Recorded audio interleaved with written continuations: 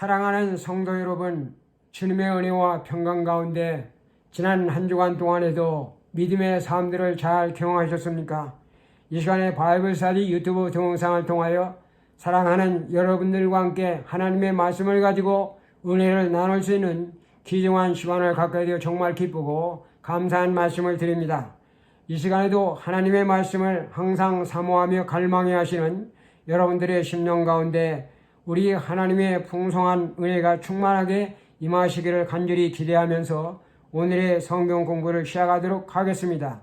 우리 먼저 하나님께 기도하시겠습니다. 너희는 이 세대를 본받지 말고 마음을 새롭게 함으로 변화를 받아 하나님의 선하심이 온전하시며 기뻐하시는 뜻이 무엇인지를 분별하라 말씀하신 살아계신 주님, 지나간 한 주간 동안에도 주님의 사랑의 날개 가운데 저희들을 품어주시고 우리를 안보하여 주심으로 말미암아 정말 어려움 많고 위험 많은 세상에서 아무런 해받지 아니하고 건강한 모습으로 주어진 삶들을 잘 영위하게 하시고 또 하나님이 주시는 말씀과 진리 가운데 믿음을 따라 오늘 우리에게 주어진 성도의 삶을 성실함으로 잘 경험할 수 있도록 인도하여 주심을 또한 진심으로 감사합니다.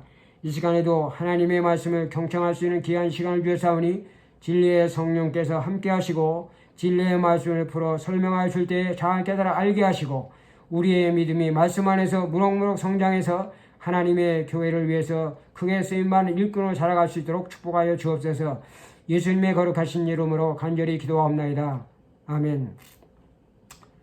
우리는 지금까지 Exploration of the Bible이라고 하는 제목을 가지고 바이블 스터디를 계속해서 진행해 가고 있습니다.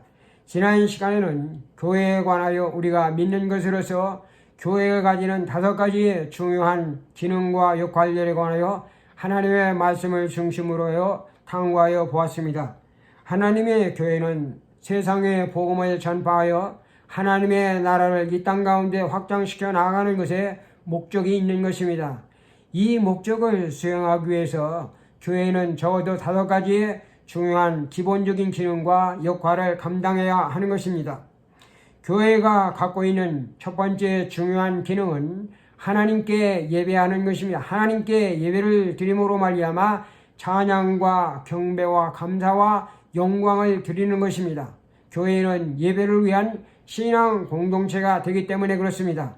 예배는 유일한 예배의 대상이신 하나님께 전 인격에서 우러나오는 경외심을 가지고 경배하며 하나님의 위대하심과 하나님의 은총을 찬양하면서 그의 존귀하신 이름을 영화롭게 하는 행위를 말하는 것입니다. 여러분, 개교회라고 하는 것은 하나님께 예배하는 처소를 말합니다. 예수님은 주는 그리스도시요 살아계신 하나님의 아들이신 아들로 믿고 고백하는 자들이 모여 하나님께 예배하는 구별된 장소로서 자신의 피값을 지불하시고 교회를 세우시고 내 집은 만민이 기도하는 집이라고 말씀을 하였습니다. 여러분, 이것은 교회가 단순히 나무나 벽돌이나 콘크리트로 지은 건물이 아니라 건물 이상의 의미로서 예수 그리스도를 구주로 영접하는 자들이 함께 모여 하나님께 예배하는 살아 숨쉬고 움직이는 유기적인 바로 공동체임을 우리에게 말씀하고 있는 것입니다. 하나님은 자신의 형상을 따라 창조되고 구원받은 자들이 예배의 조세인 교회를 통해서 드리는 예배를 원하시고 예배하는 자들을 항상 찾으시며 예배하는 사람들이 신령과 진정한 마음으로 예배 드리는 것을 기뻐하십니다. 그래서 성경은요, 마음과 뜻과 정성을 다하는 온 몸과 온 삶으로 드리는 전인격적인 헌신의 삶이 바로 산예배다 하는 것을 강조하고 있습니다. 교회가 갖는 두 번째 기능은요, 성도들 상호 간의 교제를 나누는 일입니다. 교회는 하나님을 향하여 언제나 예배를 드리고 안으로는 회중을 향하여 친교와 양육을 하는 일을 하는 것이며 옆으로는 이웃을 향하여 봉사 일을 하는 것이고 그리고 밖으로는 세상을 향하여 복음을 전파하는 이벤젤리즘 전도의 일을 수행하는 것입니다. 교회는요, 그리스도인들 상호 간의 친교의 장소임과 동시에 그리스도인의 성장을 위한 양육의 장소가 되기도 하는 것입니다. 교회는 그리스도 안에서 우리가 믿음의 형제 자매들로서 동일한 하나님의 가족으로 맺은 사랑의 공동체로서 동일한 목표를 지향하는 믿음과 사랑의 공동체임을 확인시켜 주는 것입니다. 우리는요, 주님의 한 피를 받아 한 몸을 이룬 형제요 자매라는 뜻입니다. 이것을 가장 명확히 확인하는 예식이 바로 성찬식인 것입니다. 성도는요, 혈연 관계로 맺어진 육신적인 가족은 아닌 것입니다. 예수님을 믿는 믿음 안에서 영적 형제와 자매가 된 하나님의 가족인 것입니다. 성도들은요, 예수님을 같은 주로 하나님을 같은 하나님으로 부르면서 서로 사랑하고 존경하고 아끼고 섬기는 신앙 공동체 가족인 것입니다. 예수님의 끈끈한 사랑으로 연결된 사랑의 공동체가 교회인 것입니다. 그래서 초대교회는요, 성도들 간에 가진 것을 서로 나누어 가지는 사랑의 교제를 나눴습니다. 이 러브 펠로십을 오늘 세상 사람들의 세큘러 펠로십과 구별하기 위해서 특별히 코이노니아라고 이렇게 불렀습니다. 이 코이노니아는 신약시대의 기독교 공동체의 깊은 인격적이며 영적인 친교를 의미하는 것입니다. 교회는요, 성도들 상호간의 돌봄의 공동체이며 나눔의 공동체가 되는 것입니다. 교회가 갖고 있는 세 번째 중요한 기능은요, 널처, 양육이라고 하는 것입니다. 여러분, 이것은 성장을 위해서 필요한 자양분을 공급해 주는 것으로 교회와 성도가 교회와 성도의 믿음을 성장시키고 강화시켜 주는 것입니다. 마치 나무에 주는 비료가 나무의 성장을 촉진시키는 영양분으로며 나무를 튼튼하고 견실하게 잘 자라도록 도와주는 것처럼 이 널처, 양육이라고 하는 것은 교회와 성도의 건강한 성장과 성숙을 촉진시켜주는 에듀케이션, 교육을 말하는 것입니다. 크리스찬 신앙의 성장과 성숙을 위하여 교회가 수행해야만 되는 절대적인 기능과 역할은 바로 교육이라고 하는 것입니다. 그래서 지혜왕인 솔로몬은요, The fear of the Lord is the beginning of the human knowledge라고 여호와를 경외하는 것이 바로 지식의 근본이라고 잠언서 1장 7절에 말씀하심으로 말미암아 인간 교육의 그 출발은 하나님을 경외하는 것이 되어야 한다 하는 것을 말씀하였습니다.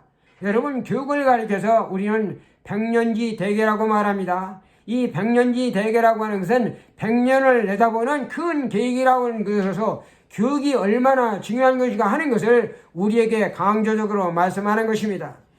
교육이 없는 교회는 비전과 꿈과 희망이 없는 교회인 것입니다. 그러한 교회는 시간이 지남에 따라 오늘 노쇠하게 되고 점진적으로 도태되어 결국은 없어지고 마는 것입니다.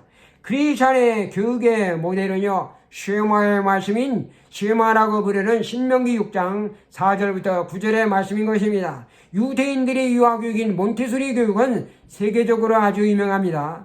여러분, 그들은요, 아이를 갖는 순간부터 태아를 위해서 하나님의 말씀을 들려줍니다. 아이가 말을 하기 시작하면 제일 먼저 들으라고 하는 쉐마의 말씀을 가르치고 그들에게 주기도문과 그리고 사도신경을 암송하게 합니다. 아침과 저녁으로 하루에 2번씩 쉐마의 말씀을 암송하게 합니다. 그리고 매일 성전 예배 시에 쉐마의 말씀을 신앙 고백으로 암송하게 하는 것이고 기도 시에도 쉐마의 말씀을 암송하게 하는 것입니다. 여러분, 유대인들은요, 이 쉐마의 말씀인 이 성경 구절을 미유자라고 하는 작은 상자에 넣어서 신명기 6장 9절의 말씀처럼 대문간에 걸어둡니다. 그리고 신명기 8장에 이 말씀의 그 명령에 대한 실천으로서 팔과 이마에 성경의 핵심적인 부분을 달기 위한 장치로서 마태복음 23장 5절에서 경문으로 번역된 테필린이라고 하는 상자를 사용하여 걸고 다니면서 하나님의 말씀과 아주 친근하게 늘 가까이 하며 떠나지 않으려고 노력을 하였습니다. 뿐만 아니라 유대의 랍비들은 돌판에 이 말씀을 새겨 거기에 꿀을 발라가지고 아이들로 하여금 혀로 핥아 먹도록 하여 오늘 시편에 있는 말씀처럼 신편 119편 103절의 말씀처럼 하나님의 말씀이 꿀처럼 달라는 것을 가르치기 위한 실물 교육으로 삼았습니다. 하나님을 아는 백성은 결코 망하지 않는다. 호세아 선지자 외친처럼 유대인들의 교육은 철저히 하나님의 말씀을 근간으로 하는 하나님 중심의 신앙 교육이었다 하는 것입니다. 주님께서 교회를 세우신 목적이 있는데요. 주님께서 교회를 세우신 목적은요, 하나님의 말씀을 선포하는 더 마우스 오브가 하나님의 입인 교회를 통해서 하나님의 말씀을 교육하여 성도를 하고 하나님의 사람으로 올바르게 자라도록 믿음을 강화시켜 주기 위함이었습니다. 이 목적을 위하여 하나님은 사도와 선지자와 복음 전도자, 목사와 그리고 교사를 세우시고 성도들을 양육하여 성도들로 하여금 온전하게 하며 봉사일을 하게 함으로 말미암아 그리스도의 몸인 교회를 세우게 하셨다 하는 것입니다. 바울이 제자였던 디모데는 하나님께서 성경의 기록자들에게 성령의 감동을 주셔서 성경을 기록하게 할 목적 중에 하나가 바로 성도의 교육에 있음을 말씀하였습니다. 교훈과 책망과 바르게 함과 의로 교육하여 유익하게 하니 이렇게 말씀하였는데, 교육을 통해서 하나님의 사람으로 아주 온전하게 하며 모든 선한 일을 행할 능력을 갖추게 만드는 것이 성령인 것이며, 그것이 바로 교육의 중요한 역할과 기능이 된다는 것이죠. 교육은 성도를 온전하게 하며 봉사일을 하게 하며 그리스도의 몸인 교회를 아주 건강하게 하는 것입니다. 성도들이 하나님의 아들을 믿는 것과 아는 것이 하나가 되어 온전한 사람을 이루어 그리스도의 장성한 분량이 충만한 데까지 이르게 하여 세상의 간소한 유혹과 헛된 풍조에 밀려 요동하지 않게 하는 것입니다. 양육 또한 교회의 중요한 기능이 됩니다. 여러분, 양육이라고 하는 것은 개교의 모든 성도를 위해서 반드시 필요한 것입니다. 목회자가 만일 자기의 양떼들을 먹이지 않는다면 그들은 강하게 자라지 못하는 것입니다.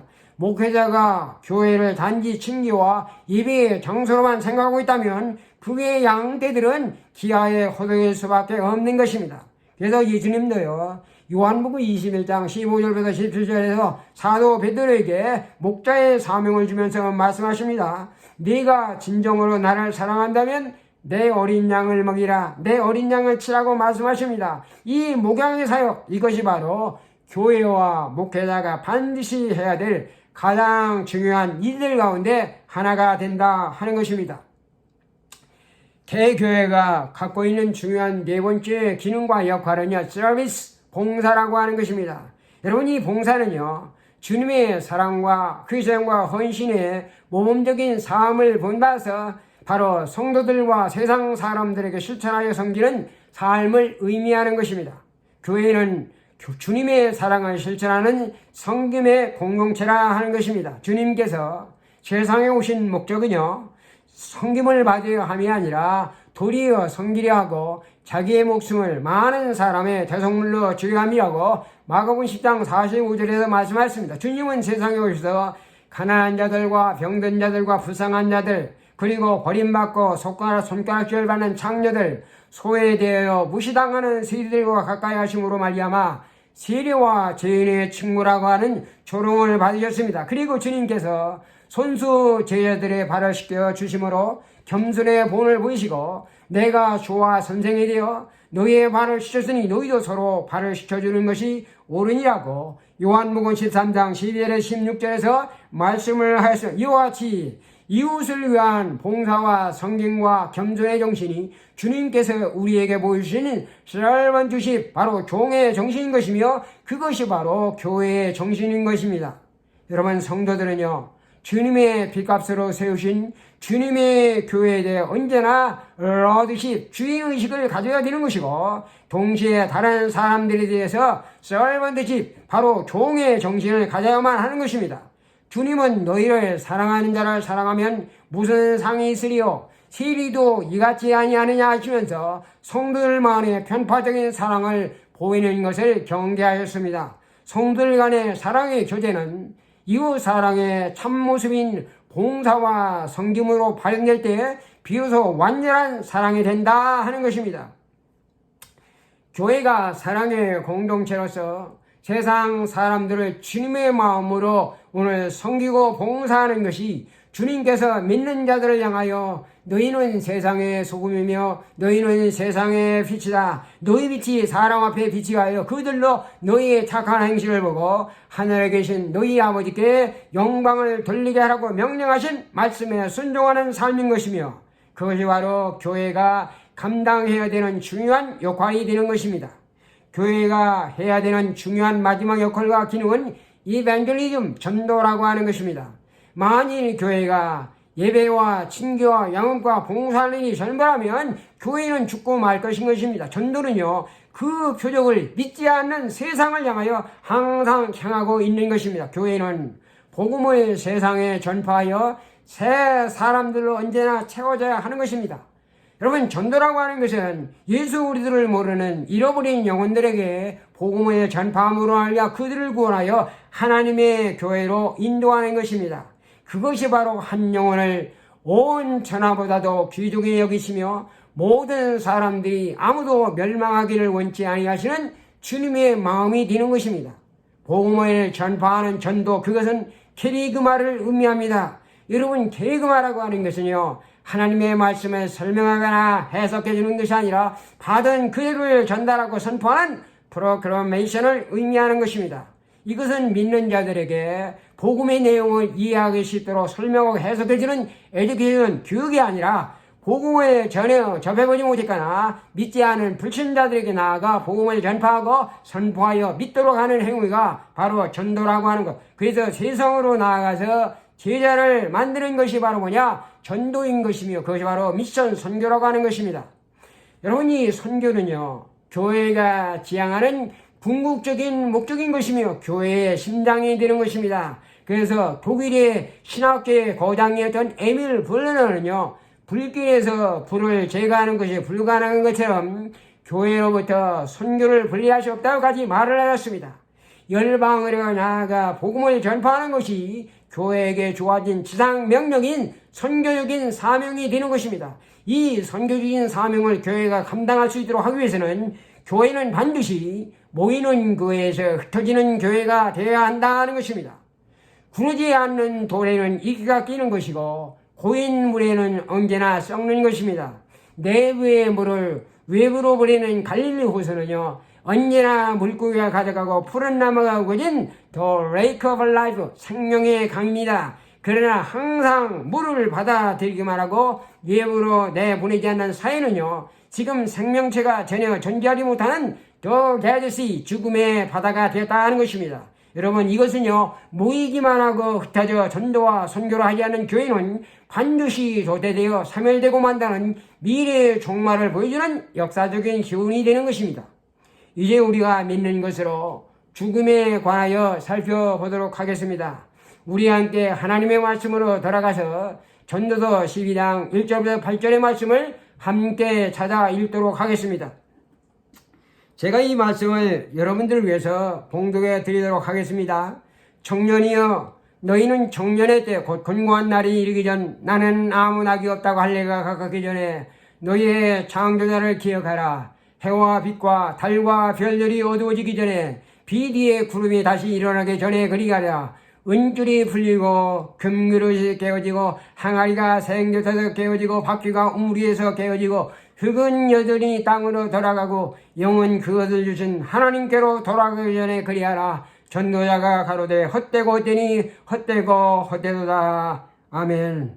여러분, 이 전도서는요, 지혜왕 솔로몬이 그의 인생 말년 황혼기에 접어들어 백발이 성성하여 자신의 지난 젊은 시절의 불신앙적인 삶을 회상하면서 청년들을 향하여 주는 미닝풀 어드바이스, 의미 있는 충고의 메시지가 되는 것입니다. 전도서는요, 전도서 1장 2절부터 3절에서부터 헛되고 헛되며 헛되고 헛되니 헛되고 헛되어다. 해 아래서 쓰고하는 모든 수고가 사람에게 무식이 광고라는 말씀으로 시작하여 마지막인 12장 8절에 이게까지 meaningless, everything is meaningless라고 헛되고 헛되고 헛되고 헛되다는 말을 반복적으로 이렇게 주기적으로 사용함으로 말미암아 허무주의와 염색주의, 그리고 회의, 그리고 비관주의의 불신앙과 무신론의 색채가 짙게 스며있기 때문에 이스라엘 백성들에게 허무주의적인 불신앙을 유포했다는 지탄을 받고 있는 책이 되는 것입니다. 그럼에도 불구하고 전도서가 갖고 있는 정정적인 훌륭한 가치는요, 인생의 종말인 죽음 앞에서 인생사의 모든 부귀영화가 의미 없음을 깨닫고 무신론적인 허무주의 신앙에서 출발하여 유실론적인 신앙으로 끝을 맺고 있다는 사실에 있는 것입니다. 일의 결국을 너희가 다 들었으니 하나님을 경외하고 그의 명령을 지킬지어다. 이것이 모든 사람의 본명이라고 전도서의 마지막 구절인 12장 13절에서 말씀을 하고 있어. 그래서 솔로몬은요, 죽음 앞에서 허무하지 않은 가장 의미 있는 삶이 만물을 선악간에 심판하시는 창조자 하나님을 기억하고 하나님을 믿고 경외하는 삶을 살아야 함을 우리에게 충고를 하고 있는 것입니다. 사람은 누구나 세상에 태어나서 죽기 전까지 풀어야만 되는 세 가지의 숙제를 가지고 있다고 합니다. 그 첫 번째 숙제는요, 사람은 어디서 왔는가 하는 문제입니다. 다시 말하면 내가 누구냐는, 나는 누구인가 하는 것입니다. 내 생명의 출발과 근원과 뿌리에 관한 이 온탈로지컬 퀘스천, 존재론적인 질문으로서 이것은 삶의 정체성에 관한 질문인 것입니다. 여러분, 이 둘째적인 질문은요, 사람은 왜 사는가 하는 문제, 다시 말하면 내가 세상에 존재하는 이유와 삶의 목적이 무엇에 관한 질문으로 이것을 가리켜서 목적론적인 질문이야 텔리올로지컬 퀘스천을 말하는 것이죠. 이것은요, 사명의식에 관한 질문인 것입니다. 사람은 어느 누구를 막론하고 우연히 태어난 사람은 한 사람도 없습니다. 물 위에 떠다니는 부평들처럼 아무런 삶의 목적 없이 그냥 되는 대로 살아가는 사람도 없는 것입니다. 마지막으로 사람은요, 결국 어디로 가게 되는가? 다시 말하면 나는 왜 죽는가 하는 것입니다. 이것은 죽음과 운명에 관한 에스카탈로지컬 종말론적인 질문을 말하는 것입니다. 사람은요, 세상에 태어나 죽지 않는 사람 없는 것입니다. 누구든지 결국은 죽음을 맞이하게 된다 하는 것입니다. 그래서 아테네 성자로서 진리의 등위를 자처하며 살았던 소크라테스 이후에 지금까지의 모든 철학자들은요, 이 영속적인 주제를 가지고 인생이 무엇인가를 연구하고 있지만은 아직까지도 명확한 해답을 주지 못하고 있으며 앞으로도 해답을 얻지 못할 것입니다. 왜냐하면 이 문제들은요, 인간의 이성과 철학과 과학으로 풀 수 있는 것이 아니고 이성적이고 철학적, 과학적인 영역을 벗어난 영역에 속한 것이기 때문에 바로 신앙적인 영역이며 그것이 하나님의 영역에 속한 것이기 때문이라 하는 것입니다. 여러분, 이것은요, 오직 인간을 지으시고 창조하신 하나님만이 정확한 해답을 줄 수 있다 하는 것입니다. 하나님은요, 성경 말씀을 통해서 우리에게 말씀하십니다. 나는 누구인가? 나는 어디서 왔는가? 이 온탈로지컬 퀘스천, 존재론적인 질문에 대해서 하나님이 자기 형상과 하나님의 형상을 따라 창조하셨다 말씀하시고, 땅의 흙으로 사람을 지으시고 코에 생기를 불어넣어 무로 말미암아 생명이 되게 하셨다고 창세기 1장 27절과 2장 7절에서 분명하게 말씀을 하고 있습니다. 나의 존재의 근원이 바로 하나님께로 왔다고 하는 것입니다. 나는 왜 존재하는가? 내 삶의 목적인 것이 무엇일까에 대한 목적론적인 질문에 대해서도 오늘 고린도서 10장 31절과 로마서 1장 21절에 보니까 너희가 무엇을 먹든지 마시든지 무엇을 하든지 하나님께 영광을 돌리게 하라 함으로 말미암아 인생에 사는 목적이 바로 뭐냐? 하나님의 영광을 위해서 태어난 존재라고 하는 것입니다. 그리고 결국은 사람은 어디로 가는가? 나는 왜 죽어야만 되는 것인가? 죽음과 운명에 관한 에스칼로지컬 그래서 종말론적인 질문에 대해서 내는 흑인이 반드시 흑으로 돌아가리라 창세기 3장 19절에 우리에게 명확하게 답변을 해주고 있는 것입니다.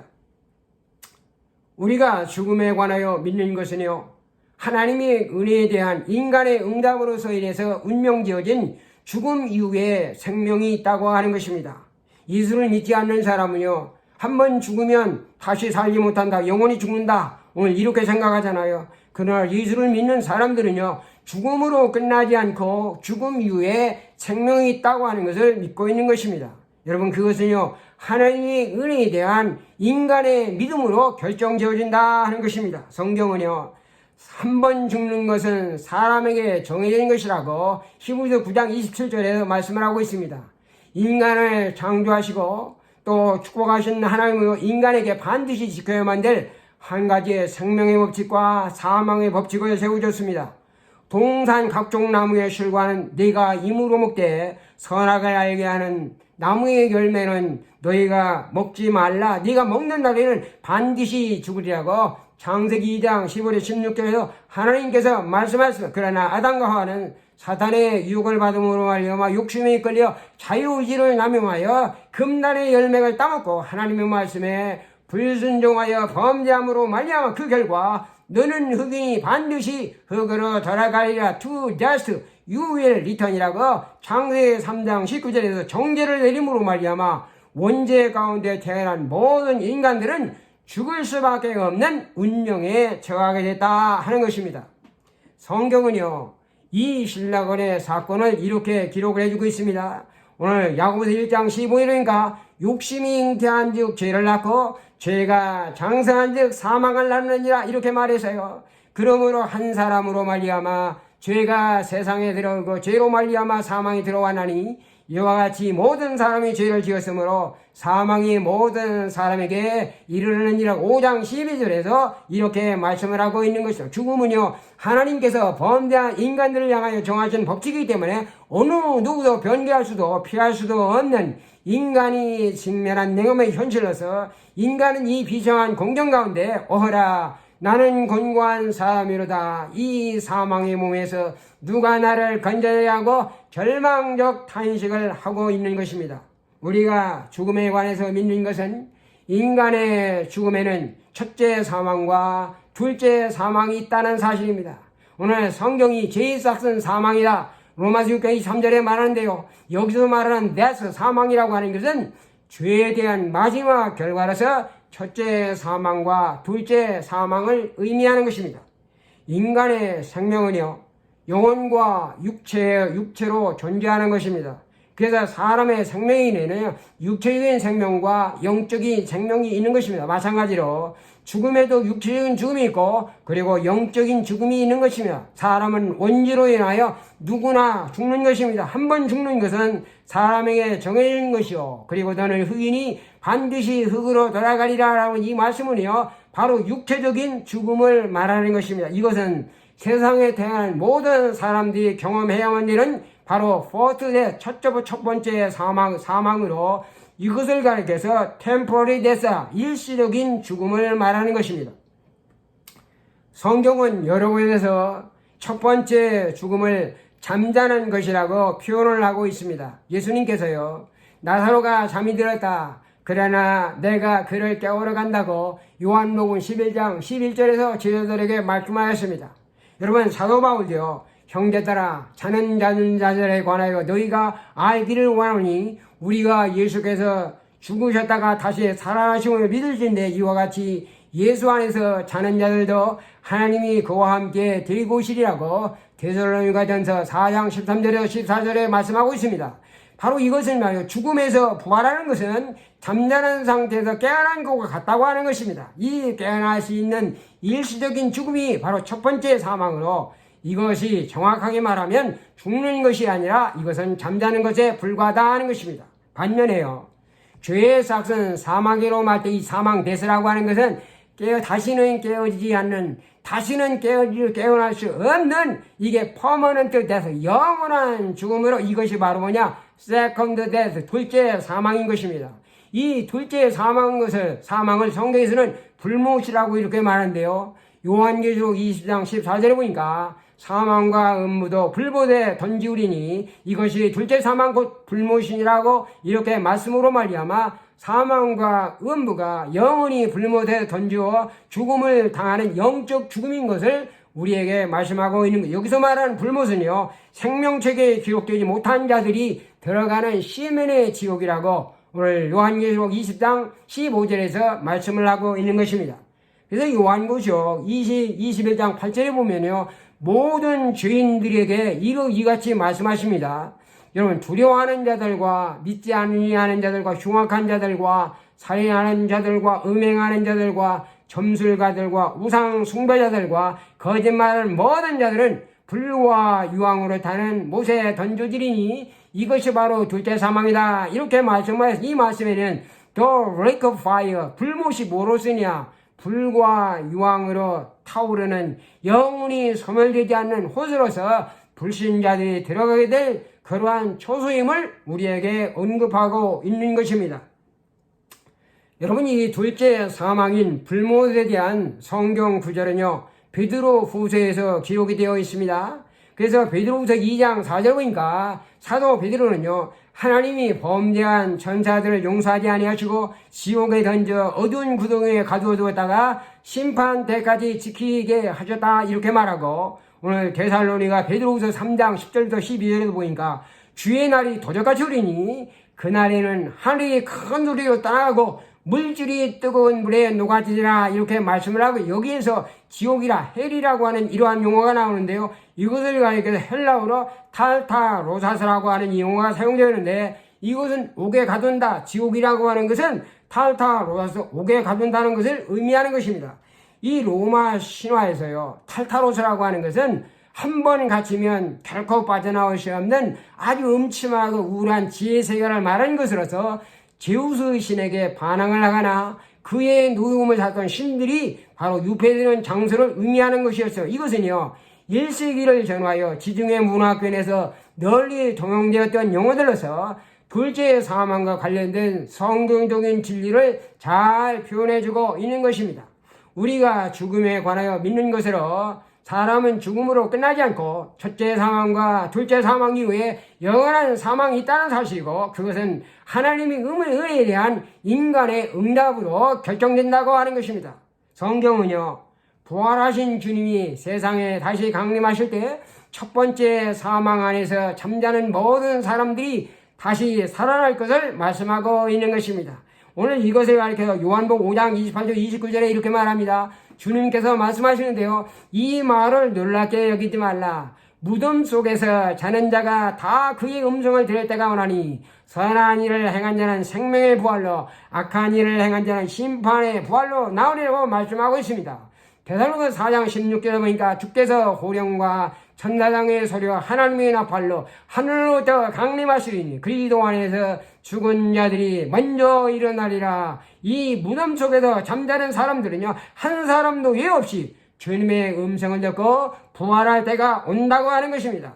주님을 믿고 잠자는 자들로서 주님의 첫째 부활에 참여하는 자들은 축복받은 자들이라 이렇게 말하고, 왜냐하면 이들에게는 다시는 죽음이 없을 것이기 때문에 그렇습니다. 여러분, 이들은요, 주님께서 이 세상에 재림하실 때 후련히 변화되어 들림을 받아 주님과 더불어 연합하여 천국에서 천년 동안 천년 왕국의 영광과 통치에 참여하게 될 것을 성경은 말씀하고 있습니다. 요한계시록 20장 4절부터 6절 보니까 이 첫째 부활에 참여하는 자들은 복이 있고, 그리고 거룩하도다 둘째 사망이 그들을 다스리는 권세가 없고, 도리어 하나님과 그리스도의 제사장이 되어 천년 동안 그리스도와 더불어 왕노하리라고 말씀을 하고 있습니다. 그러나 악한 자들은요, 천년 동안 지옥에 갇혔다가 천년에 살 때에 일제히 부활하여 지상에 남아있는 선들과 싸워서 전쟁을 하는데 결국은 패배하여 불못에 던지고 영원히 고통받는 둘째 사망에 처하게 될 것을 말씀하고 있는 것이죠. 그래서 요한계시록 20장 7절부터 10절에 보니까 이렇게 말하고 있어요. 천년이 참에 그 옥에서 놓여나와서 땅의 사방백에서 곧 곡과 마곡을 미혹하고 모아 싸움을 붙이리니 하늘에서 불이 내려 그들을 태워버리고 불과 유황못에 던져지니 거기는 비스트 더 그 짐승과 거짓 선지자들도 있어 영영 세세도록 밤낮 괴로움을 받으리라 이렇게 말씀하고 있습니다. 중요한 것은요, 믿는 자들에게는 육적인 죽음인 첫째 사망 이후에 부활하여 다시는 저주나 죽음이 없는 새하늘과 새 땅에서 영적인 생명은 이터널 라이프, 영생을 누리는 반면에 믿지 않는 사람들은 첫째 사망 이후에 둘째 사망인 꺼지지 않는 The Lake of Fire, 이 불못에 떨어져 영원토록 고통을 당하게 된다는 사실. 그리고 그것은 이 세상에 사는 동안 하나님이 은혜에 대한 인간의 자유의지로 인한 응답에 따라 사망 이후에 그 사람의 생명이 어떻게 될 것인지 결정된다고 하는 것입니다. 범죄한 인간이 구원받는 것은요, 인간의 노력이나 수단과 방법으로 되는 것이 아닙니다. 이것은 하나님의 은혜로 위한 이것이 선물이 된다 하는 것입니다. 하나님은요, 예수 그리스도를 인류의 구속을 위하여 속죄제물로 십자가에 못 박아 죽게 하심으로 말미암아 죄값을 완전히 지불하시고 우리에게 구원과 그리고 영생의 길을 제시하였습니다. 하나님이 세상을 이처럼 사랑하사 독생자를 주셨으니 이는 저를 믿는 자마다 멸망치 않고 영생을 얻으리라. 이렇게 요한복음 3장 16절 말씀한대요. 이것은 무슨 말씀입니까? 하나님의 은혜이신 예수 그리스도를 믿는, 예수 그리스도를 믿음으로 응답하는 자들에게는 영생을 얻지만은 거부하여 믿지 않는 자들에게는 영멸하게 된다는 것으로서 예수를 통한 이러한 생명은요, 하나님의 은혜를 받아들이는 자들의 것임을 우리에게 확증하여 주는 것입니다. 각 사람은요, 자유의지를 가지고 각자 자신의 선택에 따라 하나님의 은혜에 믿음으로 응답하거나 불신앙으로 거절할 수가 있는 것입니다. 그래서 계시록 21장 27절에 보니까 천국에 들어갈 자들에 관해서 이렇게 언급을 합니다. 무엇이든지 속된 것이나 가증한 일 또는 거짓말하는 자들은 결코 그리로 들어가지 못하되 오직 어린 양의 생명책에 기록된 자들만 들어가리라. 이렇게 말씀을 하고 있는데요. 하나님의 은혜에 응답하는 자들과 회개하고 믿음으로 구원을 얻는 자들만이 생명책에 기록된 자들입니다. 오직 생명책에 기록된 자들만이 천국에 들어갈 수 있다고 하는 것입니다. 그래서 히브리서 2장 3절은 우리에게 이렇게 질문을 합니다. 우리가 이같이 큰 구원을 등한히 여긴다면 어찌 그 보응을 피할 수 있겠느냐, 이렇게 말합니다. 이에 대한 대답으로 그 보응을 결코 피할 수가 없다고 하는 거예요. 변명의 여지가 있을 수 없다는 것입니다. 하나님의 은혜에 대해서 인간이 거절하는 것은요, 하나님의 면전에서 침을 뱉는 것과 같은 것입니다. 그래서 히브리서 10장 29절 31절에 이렇게 말합니다. 하나님은 하나님의 은혜를 거절하는 사람에 관하여 이렇게 말씀하는데요. 하물며 하나님의 아들을 짓밟고 자기를 거룩하게 한 언약의 피를 부정한 것으로 여기고 은혜의 성령을 욕되게 하는 자가 당연히 받을 형벌이 얼마나 더 무겁겠느냐 너희는 생각하라 말이요. 원수 갚는 것이 내게 있으니 내가 반드시 갚으리라. 또 주께서 그의 백성을 심판하시리라. 이렇게 말씀하고 있는 것입니다. 우리가 예수 그리스도를 믿어야 되는 분명한 이유가 여기에 있는 것입니다. 예수님은요, 죽음의 문제를 해결하기 위해서 이 세상에 오신 것입니다. 그러므로 인간이 영생을 얻어 사망에 이르게 사망을 이기는 유일한 그 길은요, 하나님의 은혜에 대한 믿음에 대한 응답으로서 예수 그리스도를 믿는 것입니다. 그래서 주님께서는 말씀하십니다. 내가 곧 길이요 진리요 생명이니 나로 말미암 주는 아버지께로 올 자가 없느니라. 사도 베드로 말합니다. 다른 이로서는 구원을 얻을 수 없나니 천하 인간에게 구원을 얻을 만한 다른 이름을 우리에게 주신 일이 없느니라고 말하고 있어요. 사도 바울도 말합니다. 주 예수를 믿어라. 그리하면 너와 내 집에 구원을 얻으리라고 사도행전 16장 31절에 말씀을 하고 있는 것입니다. 각 사람은요, 이 세상에 사는 동안에 육신의 생명이 떠나기 전에 하나님의 은혜에 대해서 응답을 해야 됩니다. 죽음 이후에는 선택의 기회가 절대로 지워지지 않는 것입니다. 인간의 영이 죽음에 의해서 자기의 육체로 분리될 때 그 응답은요, 영혼을 결정한다 하는 것이, 그러므로 말미암아 예수 믿는 것을 내일로 미루지 말고 오늘 지금 즉시 당장 예수 그리스도를 구주로 믿어야 된다 하는 것입니다. 오늘 성령께서 말씀하십니다. 하나님의 은혜를 헛되이 받지 말라. 지금은 은혜 받을 만한데 보라 지금이 바로 구원의 날이로라고 고린도전서 6장 1절에서 2절에서 말씀을 하고 있습니다. 히브리서 4장 7절에 보니까 오늘날 너희가 그의 음성을 듣거든 너희의 마음을 강팍해 하지 말라고 말씀을 하고 있는 것입니다. 육체의 죽음 이후에 모든 각 사람이 다시 살아나게 될 것입니다. 어떤 사람은 영원한 죽음을, 어떤 사람은 영원한 생명을 얻게 될 것입니다. 구원받은 사람들은요, 천국에 있는 주님과 함께하기 위해서 영원한 천국으로 가게 될 것입니다. 그러나 구원받지 못한 자들은 마귀와 함께 지옥에 떨어져 마귀와 함께 지옥으로 들어가게 될 것입니다. 그래서 계시록 14장 10절에서 이렇게 말해요. 지옥에 떨어진 자들은 죽지 못하고 영원토록 고통을 당하게 될 것을 우리에게 말씀하고 있는 것입니다. 그리고 어떠한 사람들, 그 모든 사람들은요, 이 육신이 죽을 때에 생명을 얻게 될 것입니다. 그리고 어떤 사람들은 천국에서, 어떤 사람은 지옥에서 살게 될 것입니다. 죽음과 사망을 이기신 주님은 우리에게 이렇게 말씀하십니다. 나는 부활이요 생명이니 나를 믿는 자는 죽어도 살겠고 무릇 살아서 나를 믿는 자는 영원히 죽지 아니하리라. 오늘도 바이블 스터디에 참석해 주신 모든 분들의 우리를 거룩하게 하고 성결케 하시는 주님의 은혜와 축복이 함께 하시기를 간절히 축복합니다. The grace and the blessing of the Lord make us be holy and sanctified. Be with everyone who takes part in Bible study in Everlasting Gospel Church of the Nazarene. Thank you so much. See you next week.